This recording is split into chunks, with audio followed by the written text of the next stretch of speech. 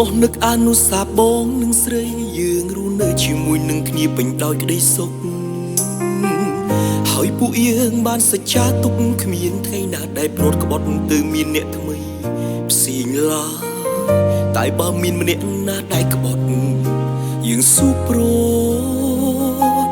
ត់រហូតតែអ្វីៗដែលបងមិនធ្លាប់គិតសោះឥឡូវនេះរឿងរ៉ាវទាំងនោះវាកើតឡើងហើយរឿងនោះកើតឡើងព្រោះតែស្រស់ត្រាំត្រើយរូបអូននេះហើយជាអ្នកបងខលឡា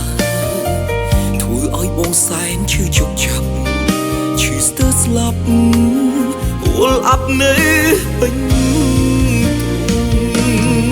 បងចង់សួរថាតើអូនក្បត់បងដើម្បីអ្វីឆ្លើយមកថ្លៃថ្លើមចិនដាពេញចិត្តណាស់មែនទេពេលអូនឃើញបងស្រង់ទឹកនេត្រាឬជីវ៉ាតាំងចិនដាចង់ឃើញបងផ្សៃពេលនេះក្តីឈឺចាប់ស្ទើរក៏ស្ទះពេញអរ៉ាព្រោះស្នេហាទើបយ៉ាងនេះពេលនេះដើមទ្រូងកំពុងឆាបឈួលឆេងទ្រូងស្ទើរតែប្រេងឬជាតិនេះខ្ញុំត្រូវយំរហូតថ្ងៃស្លាប់មែនទេ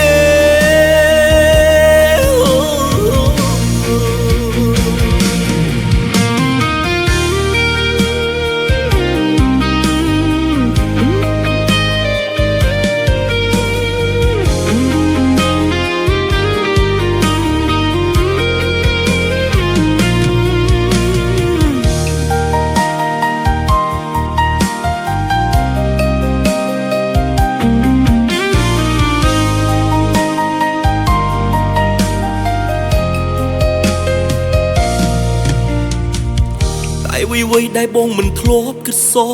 ឥឡូវនេះរឿងរ៉ាវទាំងនោះវាកើតឡើងហើយរឿងនោះកើតឡើងព្រោះតែស្រស់ត្រាំត្រើយរូបអូននេះហើយជាអ្នកបងខលឡាធ្វើឲ្យបងសែនឈឺជោគចាប់ឈឺស្ទើរស្លាប់អល់អាប់នៅពេញ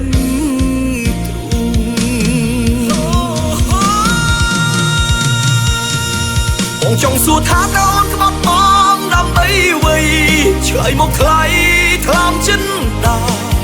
ពេញចិត្តណាស់មែនទេពេលអូនឃើញបងស្រង់ទឹកនេត្រាឬជីវ៉ាតាំងចិនដាចង់ឃើញបងផ្សៃពេលនេះក្តីឈឺចាប់ស្ទើរក៏ស្ទះពេញអរ៉ា